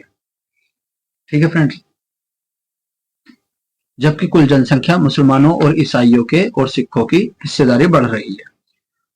1950 में बहुसंख्यक हिंदू समुदाय की हिस्सेदारी कुल जनसंख्या कितनी है, इसकी 84.68 है। वैसे ये भी इतना मोस्ट इंपोर्टेंट पॉइंट नहीं है, फिर भी मैं आपको बता रहा हूँ। इसमें जो है भारत में जनसंख्या समुदाय की हिस्सेदारी 1950 से घटाकर 2015 में 0.36% हो गई है। 5 गैर मुस्लिम देशों में से म्यांमार, भारत, नेपाल में बहुसंख्यक धार्मिक समुदाय की हिस्सेदारी में गिरावट देखी गई है। नागरिकता संशोधन अधिनियम क्या है ये, 2019 धार्मिक उत्पीड़न से के कारण पाकिस्तान, बांग्लादेश, अफगानिस्तानी पलायन कर भारत आए अल्पसंख्यक समुदाय जिसमें हिंदू कौन कौन से होंगे, बौद्ध, जैन, सिख, पारसी, ईसाई शामिल थे। भारत में नागरिकता प्रदान करने के लिए दिसंबर 2019 में नागरिकता संशोधन 2019 संसद को पेश किया गया था, जिसके तहत नागरिकता अधिनियम 1955 को संशोधन का प्रावधान किया गया था। ठीक है फ्रेंड्स, इसमें फिर है द्विबांग बहुउद्देशीय जल विद्युत परियोजना। ठीक है फ्रेंड्स, ये क्या है, ये है द्विबांग बहुउद्देशीय जल विद्युत परियोजना। यह एक जल विद्युत सह बाढ़ नियंत्रण योजना है। ठीक है फ्रेंड्स, और इसका जो है 280 मेगावाट, इस परियोजना की क्षमता कितनी, 280 मेगावाट। और इस परियोजना का निर्माण अरुणाचल प्रदेश के निचली दिबांग घाटी में किया गया है, ये याद रखना फ्रेंड्स। और जिले में स्थित मुंडली गांव के निकट किया गया है। इस परियोजना का निर्माण दिबांग नदी पर किया गया है अरुणाचल प्रदेश में, जिसका उद्गम 500 मीटर से अधिक ऊंचाई पर तिब्बत की सीमा के निकट हिमालय के बर्फ से ढके हुए दक्षिण भाग से होता है। ठीक है फ्रेंड्स, नेक्स्ट हमारा 9 मार्च 2024 को प्रधानमंत्री नरेंद्र मोदी ने दिबांग उद्देश्य परियोजना का विकास बहुउद्देशीय जल विद्युत की आधारशिला रखी थी। और इसको जो था NHPC लिमिटेड द्वारा किया जाएगा। इस परियोजना में 278 ऊंचे लंबे निर्माण प्रस्तावित किया गया। सबसे ऊंचे कंक्रीट गैरुलिक बांध का निर्माण होगा। रोलर कंपोनेंट कंक्रीट तकनीक किया जाएगा और यह विश्व का सबसे ऊंचा बांध होगा। ठीक है फ्रेंड्स। अन्य महत्वपूर्ण तथ्य क्या है इसमें? सिंद्रापोंग जल विद्युत स्टेशन, ये भारत का सबसे पुराना विद्युत स्टेशन है। इसमें पश्चिम बंगाल दार्जिलिंग स्थित है और यह विश्व का सबसे बड़ा जल विद्युत संयंत्र है। ठीक है फ्रेंड्स। और नेक्स्ट हमारा है सेला सुरंग राष्ट्र को समर्पित। फरवरी 2019 को प्रधानमंत्री नरेंद्र मोदी ने सेला सुरंग आधारशिला रखी थी। सेला सुरंग का निर्माण 1 अप्रैल 2019 को प्रारंभ हुआ था। यह दुर्गम क्षेत्र के प्रतिकूल मौसमी परिस्थितियों की चुनौतियों की पार करते हुए यह सत्र 5 वर्षों की अवधि बनकर तैयार हो गई। स्मरणीय तथ्य कुछ नहीं है, मैं बता देता हूँ। 9 मार्च 2000 सेला सुरंग परियोजना का राष्ट्र समर्पित किया गया और प्रोजेक्ट बतख के अंतर्गत किया जा रहा है। 1300 फीट ऊंचाई के सेला सुरंग है और यह सुरंग असम में स्थित तेजपुर अरुणाचल प्रदेश के तेवांग को जोड़ने की सड़क बनाई गई है। ठीक है फ्रेंड्स। और बाईपारा चारद्वांग बीटीसी सड़क समुद्र के 13,700 फीट ऊंची सेला दर्रा भी स्थित है। ठीक है फ्रेंड्स। न्यू ऑस्ट्रेलियन ट्रायलियन विधि और विषय की सबसे लंबी विधि सड़क। ठीक है फ्रेंड्स, ये है सेला सुरंग का सबसे ऊंची सुरंग है। यह 7 मई 2024 को इंटरनेशनल बुक ऑफर इंग्लैंड में 1300 फीट ऊंची सेला सुरंग को बनाया गया है। फ्रेंड, इंटरनेशनल बुक ओनर के अनुसार यह सुरंग इंजीनियरिंग का चमत्कार है और यह साम्य सुरंग का कनेक्टिविटी परिवर्तन लाएगी। ब्रक्सा पुल को मान्यता। 8 मई 2000 को world book of records London द्वारा लद्दाख में स्थित ब्रक्सा पुल को विश्व के सबसे ऊंचे मल्टी स्पैन पुल के रूप में मान्यता प्रदान की गई है। श्योक नदी पर निर्मित है। यह सीमा सड़क संगठन 14,900 फीट की ऊंचाई पर है। मात्र 174 दिनों में निर्मित किया गया यह लद्दाख का पुल है। श्योक शौर्य प्रतिमूर्ति, ये क्या है? लचित बरफुन 24 नवंबर को 1622 में मृत्यु हुई थी इनकी। 25 अप्रैल 1672 को असम के अहोम साम्राज्य की शाही सेना के जनरल थे। लचित बरफुकन और उनकी सेना की लगातार बढ़ती महत्वाकांक्षाओं को रोक लगाने की सफलता प्राप्त की थी। लचित बरफुकन ने 1671 में लड़े और सराय घाट के युद्ध में असमिया सैनिकों से प्रेरित किया, जिसके फलस्वरूप इस युद्ध में मुगलों को करारी हार का सामना करना पड़ा और देश के वर्ष 2022 में लचित बरफुकन 400वीं जयंती के रूप में मनाया गया था। ठीक है friends.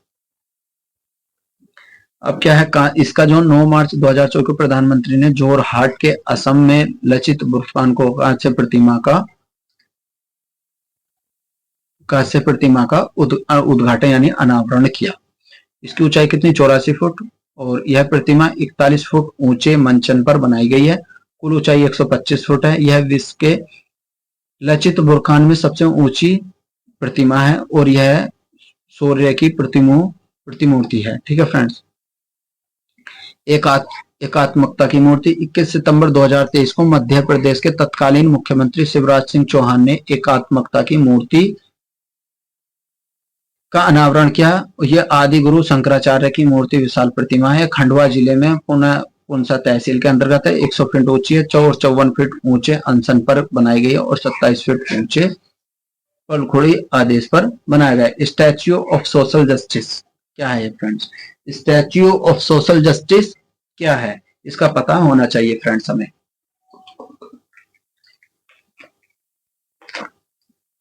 Statue of social justice Vijayawada Andhra Pradesh के स्टैच्यू ऑफ सोशल जस्टिस का अनावरण किया गया। यह बी.डी. अम्बेडकर कांस्य प्रतिमा और डॉक्टर भीमराव अम्बेडकर की प्रतिमा 125 फीट यानी 81 फीट ऊंचे मंचन का अनावरण किया गया। यह विश्व के सबसे ऊंची प्रतिमा है। दूसरी सबसे ऊंची प्रतिमा हैदराबाद में स्थित है। संसदीय विशेषाधिकार और नोट फॉर वोट मामला क्या है फ्रेंड्स? ये है फ्रेंड्स संसदीय विशेषाधिकार के वे विशेष जो संसद के एक अनिवार्य अंग के रूप में प्रत्येक सदन में सामूहिक रूप से वैदिक सदन के सदस्यों के व्यक्तिगत रूप से अधिकारों के बिना अपने कर्तव्यों का निर्वहन सफलतापूर्वक प्रभावी रूप से किया जाता है। इसमें क्या है, सीता सोरेन बनाम भारत संघवाद की सुनवाई करते हुए 4 मार्च 2024 को 1998 पीवी नरसिम्हा राव के बनाम राज्य मामले में 5 न्यायाधीश द्वारा बहुमत के आधार पर दिए गए फैसले को सर्वसम्मति खारिज कर दिया गया है। साथ ही भ्रष्टाचार के निवारण अधिनियम 1998 के तहत रिश्वत लेने के मामले में संसद तथा विधानमंडलों के सदस्यों के खिलाफ कानूनी कार्रवाई की जाएगी। ठीक है अपना। ऐतिहासिक निर्णय लेने वाली खंडपीठ के 7 सदस्य कौन कौन थे? Justice T Y. Chandrachud, justice S. Bopanna, justice F. Surdesh, justice P S. Narasimha, justice J B. Pardiwala, justice Sanjay Kumar, Manoj Mishra. संसद सदस्य की ओर से विधानमंडल के सदन के वोट देने का भाषण देने के लिए रिश्वत देने के लिए विशेष अधिकार के तहत अभियोजन एवं छूट का दावा नहीं कर सकते। ज्ञातव्य कि भारत का सर्वोच्च न्यायालय ने 1998 में 5 न्यायाधीशों के संविधान खंडन पीठ नरसिम्हा राव बनाम राज्य आदि मामले में पुनर्विचार के लिए सितंबर 2030 को 7 न्यायाधीश पीठ का सौंप दिया। पीएम सूर्य घर मुफ्त बिजली योजना, ये क्या है?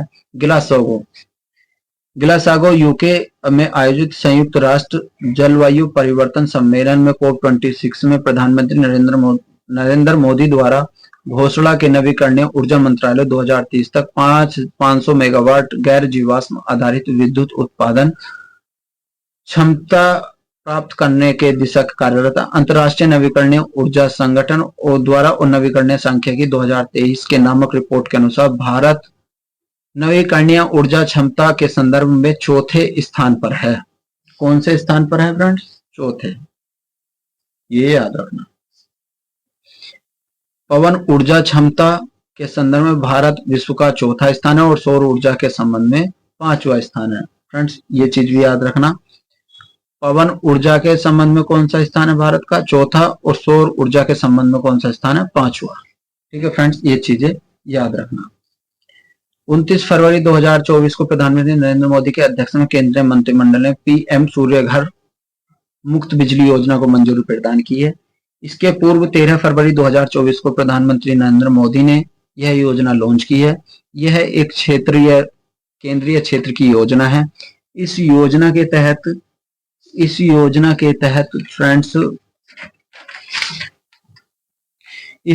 तहत देश के 1 करोड़ घरों की छत पर सौर ऊर्जा प्रणाली की स्थापना का लक्ष्य निर्धारित किया गया है। कितना? 1 करोड़ घरों के ऊपर सौर ऊर्जा का लक्ष्य निर्धारित किया गया है।